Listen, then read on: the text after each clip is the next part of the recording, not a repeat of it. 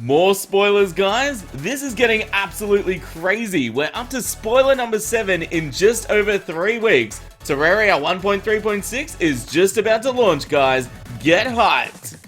How's it going, crew? This is Happy Days, and today we're taking a sneak peek at the actual developer notes for the Terraria 1.3.6 update. I thought the spoilers were done for the weekend, guys, but earlier today, Cenx released a tweet with the message, a sneak peek at our latest build notes, hashtag 1.3.6.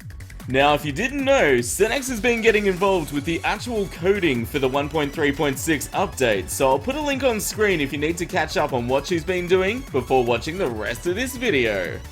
Attached to the tweet is a long list of numbered entries. There seems to be quite a lot of changes on it, so let's take a closer look.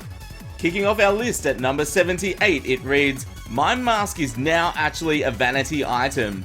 If you read the text on the current mime mask, it doesn't actually read that it's a vanity item in its description. Number 79 is possibly for all the new coin values of items being released with 1.3.6, as it reads, adjusted all pending sell value issues under TRL blah blah cody nonsense stuff. Has anyone used the trick where you smash more shadow orbs or crimson hearts to spawn a second Eater of Worlds or Brain of Cthulhu? I know I do, but according to this list it reads, can no longer spawn a second EOW or BOC by smashing more orbs. To be fair, you really only need to fight these bosses once to get all the crafting equipment you need, so I'm all for this quality of life change, but if you play multiplayer, let me know how you feel about it in the comments below. The next 2 entries describe workstation upgrades with items that require the sawmill. They read, cactus, pumpkin, bathtub, piano, bookcase, as well as several other types of bathtubs all require the sawmill to craft.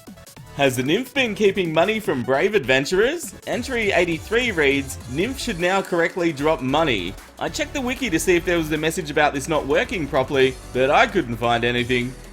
The next entry must be a minor bug fix with sand-like blocks. It reads, falling blocks will now drop as items if they cannot turn into blocks. There seems to be a trend with this update of fixing small issues like this, and that's a great thing, guys. People who play multiplayer rejoice! The update has a few fixes for you guys as well. Entry 85 reads, fix to crash when attempting to join a dedicated server. This will be great for players who are trying to participate in a live event and are trying to rejoin a server. Have you ever had a meteor destroy your dungeon by landing on it? Not anymore with entry 86, which reads, meteors will never fall on the dungeon.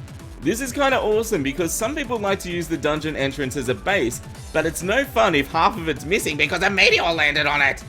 The stake launcher is an interesting weapon, and it seems it wasn't functioning quite correctly, as the next entry reads, stake launcher worked correctly with archery potions and quivers.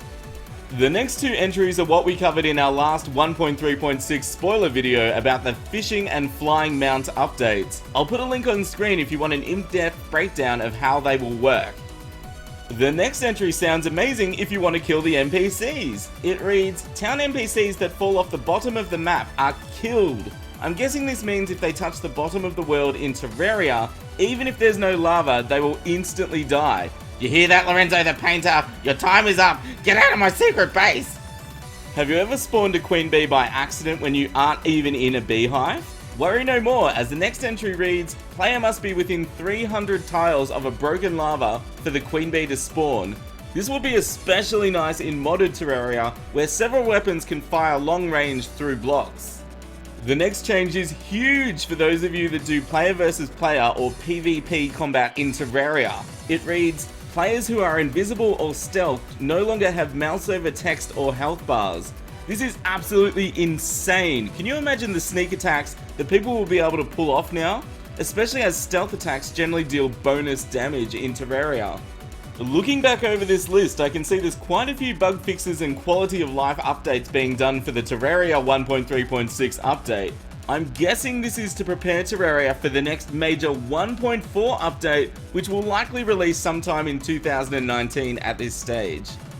The big question I want answered now is, when are we going to get 1.3.6? We've had so many spoilers in the past few weeks, it must be so close. It'll be released in the next few days, maybe a week at the maximum, guys. I've got a voting card on screen now. Try and pick the release date for 1.3.6 if you can. There's some interesting changes in this list, guys, and now I'd like to pass the question over to you. Let me know your thoughts about this update list in the comments below.